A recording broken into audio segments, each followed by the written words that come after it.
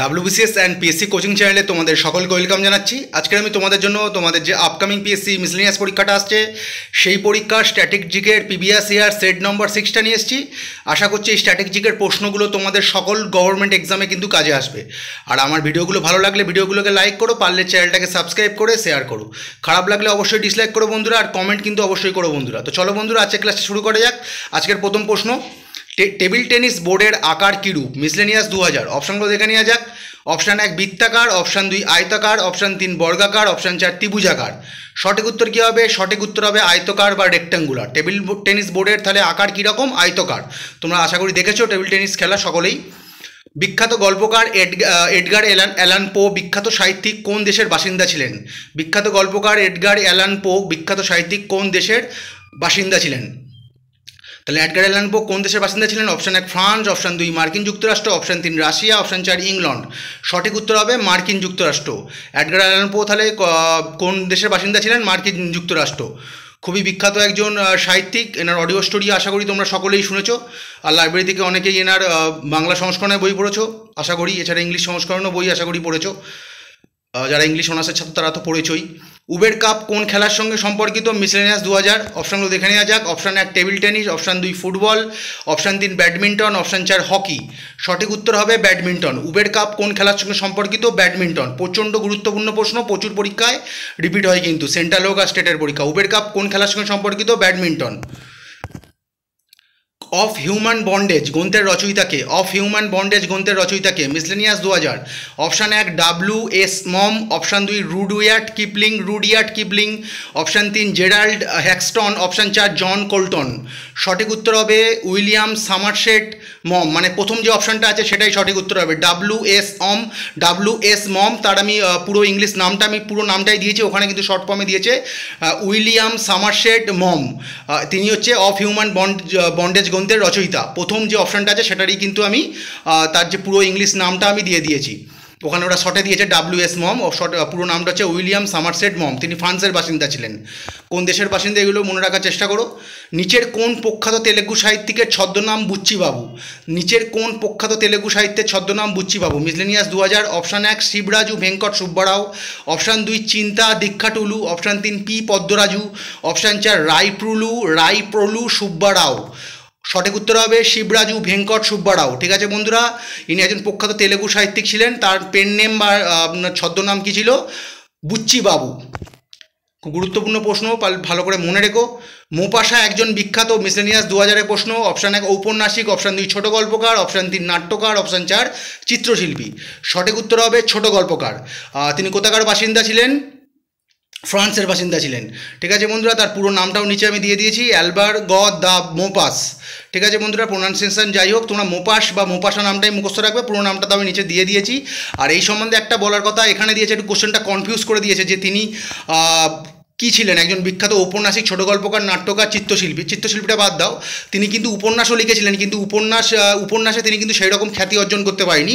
তিনি সারা জীবনে 6টার মতো উপন্যাস লিখেছেন, কিন্তু ছোট গল্পকার হিসাবে কিন্তু তিনি সারা বিশ্বে বহুল মানে খ্যাতি অর্জন করেছিলেন, এবং তিনি প্রায় 300টা তার জীবনকালে কিন্তু 300টার মতো ছোট গল্প লিখেছিলেন। ঠিক আছে বন্ধুরা, ওই জন্য কিন্তু যদি দেখো যে এইরকমভাবে এসছে তিনি উপন্যাস লিখেছিলেন 6টা উপন্যাস লিখেছিলেন তিনি তার পুরো জীবনে, তখন সঠিক উত্তর এরকমভাবে আসলে ছোট গল্পকারই দিও। আর যদি এরকমভাবে না দিয়ে যায় যে মোপাসা একজন বিখ্যাত সাহিত্যিক কোন দেশের বাসিন্দা, এরমভাবেও দিতে পারে, তখন সঠিক উত্তর হবে ফ্রান্স। আর তার বিখ্যাত কিছু গল্পের লিস্ট পারলে তোমরা দেখে নিও, গল্পগুলোই তার বেশি গুরুত্বপূর্ণ, আমি সময়ের অভাবে দিতে পারিনি।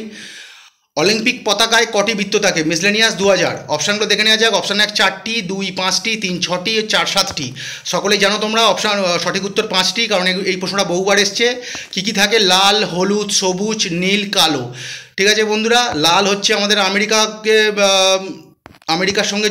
আমেরিকাকে নির্দেশ করে, হলুদ এশিয়াকে নির্দেশ করে, কালো আফ্রিকাকে নির্দেশ করে, সবুজ ওশেনিয়াকে নির্দেশ করে, আর নীল হচ্ছে ইউরোপকে নির্দেশ করে। এগুলো ভালো করে মুখস্থ রেখো। আর দিইনি, আগের স্টেটগুলোতে দিয়েছি, দেখে নিও। যারা আজকে আমার ভিডিওটা প্রথম দেখছো তারা স্ট্র্যাটেজিকের প্রথম যে 5টা সেট দিয়েছি সেগুলো চেক করো, তারা দেখতে পাবে, অলিম্পিকের সম্বন্ধে দেখতে পাবে। আর শর্টস তো আমি ছাড়ি অলিম্পিক সম্বন্ধে, সামার অলিম্পিক সম্বন্ধে কিন্তু সব রকম শর্টস গুরুত্বপূর্ণ ইম্পর্টেন্ট জিকে কিন্তু আমি দিয়ে রেখেছি, আমার শর্টসগুলো দেখো। দ্য ডেথ অফ সেলসম্যান হলো একটি মিসলেনিয়াস 2000। অপশান 1 উপন্যাস, অপশান 2 নাটক, অপশান 3 ছোট গল্প, অপশান 4 প্রবন্ধ। সঠিক উত্তর হলো নাটক। ডেথ অফ সেলসম্যান কি? একটি নাটক, ঠিক আছে বন্ধুরা। আর এটি রচয়িতাকে আর্থার মিলান, তিনি মার্কিন যুক্তরাষ্ট্রের বাসিন্দা ছিলেন। দ্য ডেথ অফ সেলসম্যান এটি একটি নাটক যার রচয়িতা ছিলেন আর্থার মিলান, যিনি মার্কিন যুক্তরাষ্ট্র বা ইউএসের বাসিন্দা ছিলেন। আচ্ছা, পরের প্রশ্ন, অ্যারিস্টটল নিচের কোন বইটি লিখেছেন? Miscellaneous 2000। Option 1 Poetics, option 2 politics, option 3 metaphysics, option 4 উপরের সবকটি। সঠিক উত্তর হবে উপরের সবকটি। যে পোয়েটিক্স, পলিটিক্স, মেটাফিজিক্স এই তিনটে গ্রন্থেরই রচয়িতা কিন্তু অ্যারিস্টটল। আর তিনি তো সকলেই জানো তিনি একজন গ্রিক বিজ্ঞানী ও দার্শনিক ছিলেন। আর যতদূর সম্ভব তিনি মনে হয় গ্রেট আলেকজান্ডারের গৃহশিক্ষকও ছিলেন, আমার ঠিক মনে পড়ছে না, তোমরা পারলে দেখে নিও। ইতিহাস পড়ানোর সময় ইতিহাস বই ঘাঁটলেই তোমরা দেখতে পাবে। যতদূর সম্ভব তিনি আলেকজান্ডার দ্য গ্রেটের কিন্তু গৃহশিক্ষক ছিলেন, আমার ঠিক পরিষ্কার মনে পড়ছে না এই মুহূর্তে। আন্তর্জাতিক টেস্ট ক্রিকেটে এক ইনিংসে 10টি উইকেট নেওয়ার রেকর্ড কোন খেলোয়াড়ের দখলে আছে? সরি বন্ধুরা, বানানটা ভুল হয়েছে, খেলোয়াড়। আন্তর্জাতিক টেস্ট ক্রিকেটে এক ইনিংসে 10টি উইকেট নেওয়ার রেকর্ড কোন খেলোয়াড়ের দখলে আছে?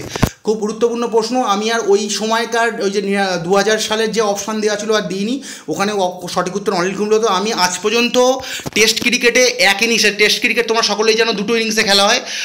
আমার যেসব মেয়ে ছাত্রীরা আছো বা মেয়ে বন্ধুরা আছো, তারা কি যারা অত খেলা দেখো না তাদের কি জানিয়ে রাখি, আশা করি এখন সকলেই জানো, খেলা সকলেই দেখে। ক্রিকেট খেলা এখন খুবই প্রচলিত একটা খেলা ভারতবর্ষের। তা টেস্ট খেলা 2টো ইনিংসে হয়, তাই একটা ইনিংসে 10টা উইকেট নিয়েছিল আজ পর্যন্ত যতদিন ক্রিকেট খেলা হচ্ছে। 3 জন নিয়েছিল। প্রথম নিয়েছিল জিম লেকার, তিনি ইংল্যান্ডের একজন ক্রিকেটার ছিলেন। তিনি অফ স্পিন বল করতেন, ডানাতে রাইট আর্ম অফ স্পিন ছিলেন, বল করতেন। 1956 সালে তিনি অস্ট্রেলিয়ার বিরুদ্ধে কিন্তু 10টা উইকেট নিয়েছিলেন এক ইনিংসে। এবং এই যে টেস্টটা হয়েছিল 1956 সালে, টোটাল 2টো ইনিংসে 20টার ভেতর 19টা উইকেটই কিন্তু জিম লেকার নিয়েছিলেন। এই রেকর্ড কিন্তু আজও অক্ষুণ্ণ, কেউ ভাঙতে পারেনি। 2টো ইনিংসে 19টা উইকেট কিন্তু জিম লেকারই নিয়েছিলেন। এবং একটা আর কি অস্ট্রেলিয়ার একজন ব্যাটসম্যান যতদূর সম্ভব সেকেন্ড ইনিংসে রান আউট হয়েছিল, না হলে 20টা উইকেটই তার দখলে আসতো। আর অনিল কুম্বলে সবাই জানো আমাদের প্রাক্তন কোচ এবং একজন খুব বড় ক্রিকেটার। বন্ধুরা সকলেই জানো অনিল কুম্বলের সম্বন্ধে বলার কিছু নেই। এবং এই খেলাটা আমার দেখার সৌভাগ্য হয়েছিল যে লাইভ পাকিস্তানের সঙ্গে কিন্তু 10টা উইকেট নিয়েছিল। খেলাটা যতদূর সম্ভব দিল্লির ফিরোজ কোটলা শাহ স্টেডিয়ামে হয়েছিল। অনিল কুম্বলে 1999 সালে দিল্লির ফিরোজ কোটলা শাহ স্টেডিয়ামে পাকিস্তানের বিরুদ্ধে 10টা উইকেট নিয়েছিল। আর এইটা আসার কিন্তু সবথেকে বেশি সম্ভাবনা আজাজ প্যাটেল। দেখবে বর্তমানে কে নিয়েছে এটাই দেবে। এটা 2021 সালে আমাদের ভারতের বিরুদ্ধে কিন্তু ইনি কিন্তু ভারতীয় বংশোদ্ভূত একজন নিউজিল্যান্ডের বাসিন্দা আজাজ প্যাটেল। তার নিউজিল্যান্ডেরই বাসিন্দা ধরতে হবে। তিনি কিন্তু লেফট আর্ম স্পিন করেন, মানে বাঁ হাতে স্পিন বল করেন। 2021 সালে কিন্তু ভারতের বিরুদ্ধে কিন্তু তিনি একটা ইনিংসে 10টা উইকেট নিয়েছিলেন। এই 3টে নামই মনে রেখো। যদি প্রথম কে 10টা উইকেট নিয়েছিল সঠিক উত্তর হবে জিম লেকার। আচ্ছা, দ্বিতীয় নিয়েছিল অনিল কুম্বলে পাকিস্তানের বিরুদ্ধে 99 সালে। আজাজ প্যাটেল যতদূর মনে পড়ছে বোম্বেতে ওয়াংখেড়ে স্টেডিয়ামেতেই নিয়েছিলেন আশা করি, যতদূর মনে পড়ছে ভারতের সাথে 2021 সালে 10টা উইকেট নিয়েছিল। 3টে নামই ভালো করে মনে রেখো। আর কার বিরুদ্ধে নিয়েছিল 3 জনে, প্রতিপক্ষগুলোর নামও মনে রেখো, পারলে সালগুলোও মনে রেখো। দ্য ওভারকোট গ্রন্থের রচয়িতাকে miscellaneous 2000। Option 1 William Faulkner, option 2 Nikolai Gogol, option 3 James Joyce, option 4 Thomas Hardy. সঠিক উত্তর হলো নিকোলাই গোগল। তিনি কোথাকার বাসিন্দা ছিলেন? রাশিয়া। দ্য ওভারকোট গ্রন্থের রচয়িতাকে নিকোলাই গোগল, তিনি ছিলেন একজন রাশিয়ার বাসিন্দা, যদিও তিনি ইউক্রেনীয় বংশোদ্ভূত। তখন সবই যতদূর সম্ভব সোভিয়েত ইউনিয়নের মধ্যে ছিল। যাই হোক, তিনি রাশিয়ারই বাসিন্দা ছিলেন। না আসলে রাশিয়াই তোমাদের অপশানে দেবে যদি কোন দেশের বাসিন্দা জানতে চাওয়া হয়। আঙ্কেল টমস কেবিন উপন্যাসটির রচয়িতাকে? Option 1 Upton Sinclair, option 2 W.S. Maugham, option 3 H.B. Stowe, option 4 George Eliot. সঠিক উত্তর হবে হ্যারিয়ট বিচার স্টো। ঠিক আছে বন্ধুরা, আঙ্কেল টমস কেবিন উপন্যাসটির রচয়িতা হলো হ্যারিয়ট বিচার, যতদূর সম্ভব। আর তার পুরো নাম হচ্ছে হ্যারিয়ট বিচার এলিজাবেথ স্টো। তোমরা চেক করে নিও, তিনি মার্কিন যুক্তরাষ্ট্রের একজন প্রখ্যাত লেখিকা ছিলেন। হ্যারিয়ট বিচার এলিজাবেথ স্টো। আঙ্কেল টমস কেবিনটা কিন্তু খুব গুরুত্বপূর্ণ, প্রচুর পরীক্ষায় রিপিট হয়। আঙ্কেল টমস কেবিনের রচয়িতাকে হ্যারিয়ট বিচার এলিজাবেথ স্টো, তিনি মার্কিন যুক্তরাষ্ট্রের একজন প্রখ্যাত লেখিকা ছিলেন। তার পুরো নামটা হ্যারিয়ট বিচার এলিজাবেথ স্টো। তোমরা ভালো করে দেখে নিও পারলে। আঙ্কেল টমস কেবিন কিন্তু প্রচুর পরীক্ষায় রিপিট হয়। রুথ গুলিত কোন দেশের একজন বিখ্যাত ফুটবলার? মিসলেনিয়াস 2000। আশা করি সকলেই জানো যারা ফুটবল খেলা দেখো। Option 1 Brazil, option 2 Italy, option 3 Netherlands, option 4 France. সঠিক উত্তর হচ্ছে নেদারল্যান্ড। ঠিক আছে বন্ধুরা, তাহলে রুথ গুলিত কোন দেশের একজন বিখ্যাত ফুটবলার? নেদারল্যান্ডের একজন বিখ্যাত ফুটবলার। তৎকালীন পশ্চিম জার্মানির রাজধানী কী ছিল? মিসলেনিয়াস 2000। এইটা সম্বন্ধে আমি তোমাদের আর নোট দিইনি, এই অপশান দিইনি, কারণ ওখানে অন্যভাবে ছিল, আমি একটু ডিটেলে দিয়ে দিয়েছি। আচ্ছা, 1949 সালে কিন্তু জার্মানি দুভাগে বিভক্ত হয়ে যায়। একটা হচ্ছে পূর্ব জার্মানি, যার রাজধানী হয় পূর্ব বার্লিন বা ইস্ট বার্লিন। আচ্ছা, আরেকটা হচ্ছে পশ্চিম জার্মানি, যার রাজধানী হয় বোন। এটাই এখানে জানতে চেয়েছে, যার রাজধানী হয় বোন, ঠিক আছে। আর ইস্ট জার্মানি, তৎকালীন ইস্ট জার্মানির নাম হয়, পুরো নাম জার্মানি আর কি, জার্মান ডেমোক্রেটিক রিপাবলিক, তার নাম ছিল, এই হিসাবে ভাগ হয়ে যায় 1949 সালে। আর ওয়েস্ট জার্মানির নাম হয় federal Republic of Germany. East জার্মানির নাম হয় জার্মান ডেমোক্রেটিক রিপাবলিক, আর ওয়েস্ট জার্মানির নাম হয় ফেডারেল রিপাবলিক অফ জার্মানি, ঠিক আছে বন্ধুরা। 1949 সালে আলাদা হয়ে গেছিল। 1945 সালের পর থেকেই কিন্তু এই দুটো জার্মানি যে ভাগ হবে এই প্রক্রিয়াটা শুরু হয়ে গেছিলো, কিন্তু 1949 সালে অ্যাট লাস্ট কিন্তু দুটো দেশ ভাগ হয়ে গেছিলো। এবং ডেটগুলো আর দিইনি, কবে কোন ডেটে ভাগ হয়েছিল ওটা, এগুলো আসবেও না, তবু দিয়ে রাখছি। আর পুনরায় কবে আবার ইস্ট জার্মানি পশ্চিম জার্মানির সঙ্গে একত্রিত হয়? 1990 সালে পূর্ব ও পশ্চিম জার্মানি কিন্তু পুনরায় একত্রিত হয়, এবং তাদের নতুন রাজধানী, যেটা বর্তমানেও জার্মানির রাজধানী, মানে আমাদের অবিভক্ত জার্মানির বর্তমানে রাজধানী হচ্ছে বার্লিন, ঠিক আছে বন্ধুরা। তাহলে 1949 সালে জার্মানি দুভাগে বিভক্ত হয়ে যায়, আর 1990 সালে কিন্তু আবার কিন্তু এক হয়ে যায়। আর তো যখন বিভক্ত হয়েছিল তখন পূর্ব জার্মানির রাজধানী ছিল পূর্ব বার্লিন, আর পশ্চিম জার্মানির রাজধানী ছিল বন। ভালো করে নোটটা দেখে নিও, খুবই উপকারে আসবে আশা করছি, প্রশ্ন আসতে পারে এখান থেকে।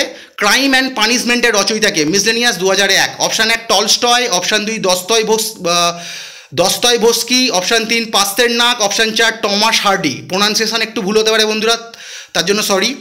সঠিক উত্তর হবে ফিওদর দস্তয়েভস্কি, ঠিক আছে বন্ধুরা। ফিওদর দস্তয়েভস্কি, তিনি রাশিয়ার বাসিন্দা ছিলেন।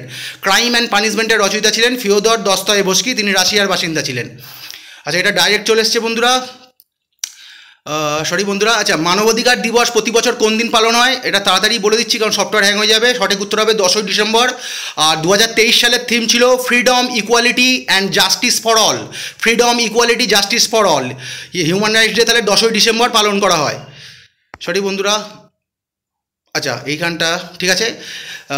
নিচের মধ্যে কে ভারতরত্ন পায়নি? মিসলেনিয়াস 2001। অপশানগুলো দেখে নেওয়া যাক। Option 1 Fakhruddin Ali Ahmed, option 2 Satyajit Ray, option 3 JRD Tata, option 4 Amartya Sen. সঠিক উত্তর হচ্ছে ফখরুদ্দিন আলী আহমেদ। বাকি তিনজনই, সত্যজিৎ রায়, JRD টাটা ও অমাত্য সেন, তিনজনেই কিন্তু ভারতরত্ন পেয়েছে। আর ওই কবে পেয়েছে সেই ডেটটা আমি দিয়ে দিয়েছি, ওটাকে আমার অ্যানিমেট করা হয়নি। যাই হোক, ভারতবর্ষের, আচ্ছা, সত্যজিৎ রায় কত সালে ভারতরত্ন পায় সেটা আগে জানিয়ে রাখি। 1992 সালে তিনি ভারতরত্ন পেয়েছিলেন। JRD টাটা কত সালে ভারতরত্ন পেয়েছিলেন? 1992 সালে ভারতরত্ন পেয়েছিলেন। আর অমাত্য সেন অর্থনীতি বিভাগে 1999 সালে, 1998 সালে নোবেল পেয়েছিল, এটাও কিন্তু আসে, আমি আগের সেটগুলো দিয়ে রেখেছি, এটাও এই সূত্রে বলে রাখলাম।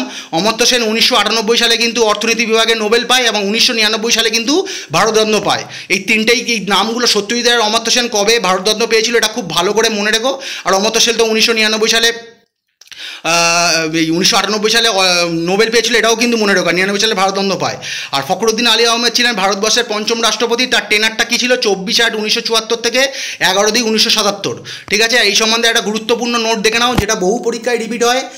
দুইজন রাষ্ট্রপতি মানে ভারতবর্ষের ডক্টর রাজেন্দ্র প্রসাদ থেকে আর আমাদের সম্মানীয় যে দ্রৌপদী মুর্মু, এই অবধি যত রাষ্ট্রপতি আছে তার ভেতর দুইজন রাষ্ট্রপতি কিন্তু অফিসে থাকাকালীন মারা গেছিলেন। কে?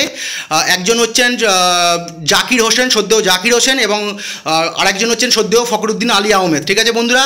জাকির হোসেন মারা গেছিলেন 13/5/1967 সালে।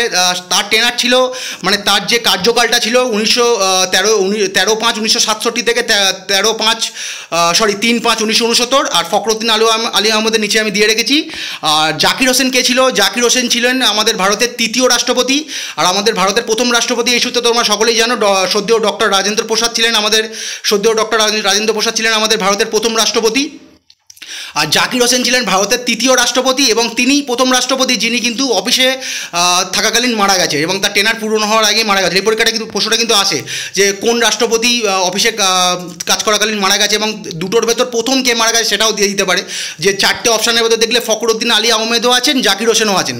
এবারে দেখা ওর ভেতরে দিলে যে প্রথম এই চারজনের ভেতর প্রথম কোন রাষ্ট্রপতি অফিসে থাকাকালীন মারা গেছে, তখন সঠিক উত্তর হবে জাকির হোসেন। এবং দ্বিতীয় রাষ্ট্রপতি যিনি অফিসে থাকাকালীন মারা গেছে সেটি হচ্ছে ফখরুদ্দিন আলী আহমেদ, ঠিক আছে বন্ধুরা। তিনি ছিলেন পঞ্চম রাষ্ট্রপতি, জাকির হোসেন ছিলেন তৃতীয় রাষ্ট্রপতি। আর কবে কে নোবেল পেয়েছে দেখে নিও।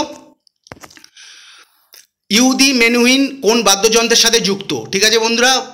অপশান 1 পিয়ানো, অপশান 2 বেহালা, অপশান 3 গিটার, অপশান 4 স্যাক্সোফোন। সঠিক উত্তর হচ্ছে বেহালা বা ভায়োলিন। ইহুদি মেনুইন তাহলে কোন বাদ্যযন্ত্রের সাথে যুক্ত? বেহালা বা ভায়োলিনের সাথে যুক্ত। চলো বন্ধুরা পরের প্রশ্ন, বিহু ভারতের কোন রাজ্যের উৎসব? একটা কোন এক্সট্রা হয়ে গেছে। বিহু ভারতের কোন রাজ্যের উৎসব? Miscellaneous 2001। Option 1 Assam, option 2 Meghalaya, option 3 Mizoram, option 3 Tripura, option 4 Tripura. সঠিক উত্তর হচ্ছে আসাম। বিহু ভারতের কোন রাজ্যের উৎসব? আসামের উৎসব। ঠিক আছে বন্ধুরা, কখনো যদি বিহু নৃত্য কোন রাজ্যের উৎসব এইভাবেও কোশ্চেনটা দেয় তখনও সঠিক উত্তর আসাম দিও, বিভিন্নভাবে দিতে পারে।